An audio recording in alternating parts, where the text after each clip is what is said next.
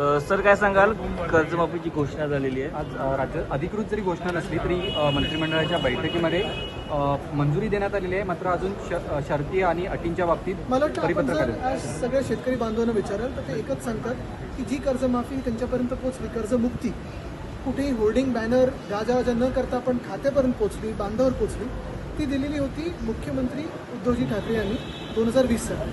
मला वाटतं त्याच्या आधीच्या घोषणा आणि त्याच्या नंतरच्या घोषणा ह्या सगळ्या पोकळ होत्या, आपल्याला माहिती होतं. अपेक्षा हीच आहे, आशा हीच आहे की ह्यावेळीची घोषणा ही खात्यापर्यंत पोहोचेल अशी आपण अपेक्षा करू. आणि कुठेही जास्ती बॅनरबाजी होर्डिंगबाजीची गरज नाही आहे, कारण आपण पाहतोय खर्च कमी करायला सांगितलं, खर्च वाचवायला सांगतात एका बाजूला सरकार, दुसऱ्या बाजूला जर बॅनरबाजी करणं असेल तर त्याला काही अर्थ नाही. राज्य निवडणूक आयोगाच्या आयुक्तांची तुम्ही भेट घेतली, नेमकं काय कारण आहे, कोणते मुद्दे तुम्ही आपल्याला त्यांच्यासमोर आठवत असेल मांडले? महाविकास आघाडी म्हणून आम्ही मागच्याही आठवड्यात राज्य निवडणूक आयोगाची भेट घेतली, आज देखील घेतली.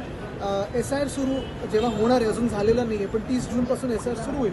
त्याच्यात काही आमच्या ज्या अजून काही क्लॅरिटी पाहिजे होती गोष्टींना ती मागणी करेल. सर, अब्दुल सत्तार यांचं असं म्हणणं आहे की भारतीय जनता पक्ष हे शिवसेना संपवते.